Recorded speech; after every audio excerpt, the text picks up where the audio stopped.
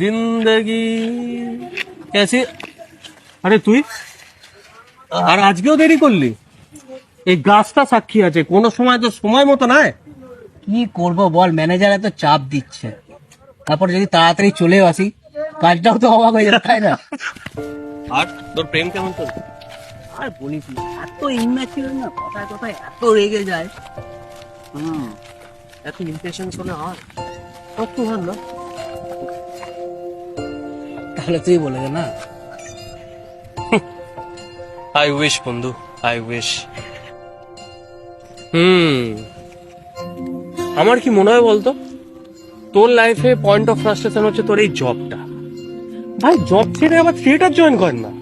আর বাড়িতে কি বলবো কাকা, তোমার মতো তো আমি আর ব্রিলিয়েন্ট স্টুডেন্ট নয় না, গাছের নিচে বসে তোমার মতন আমার দিন কাটে। আর ভাই মনে আছে তুই আর আমি ম্যাথস ক্লাস বাং করে এই গাছটাই তো পুঁতেছিলাম। দেখ আমাদের সাথে সাথে এটাও বড় হয়ে গেল। সেটাই দেখছি। চল চল। আর শোন, যেটা বলতে এসেছিলাম, রেলের চাকরিটা আমি পেয়ে গেছি, কলকাতাতে আমার post। আর সেটা তুই আজকে বললি?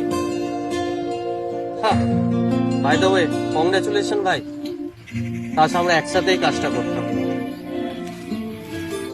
করতে পারতাম যদি ফার্স্ট অ্যাটেম্পটে তুই ফেল না করে হার ছেড়ে দিতিস।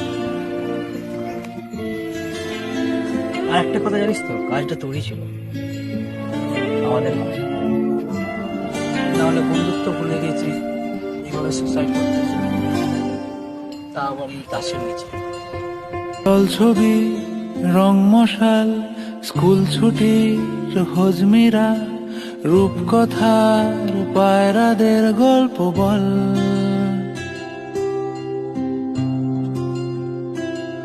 বন্ধু চল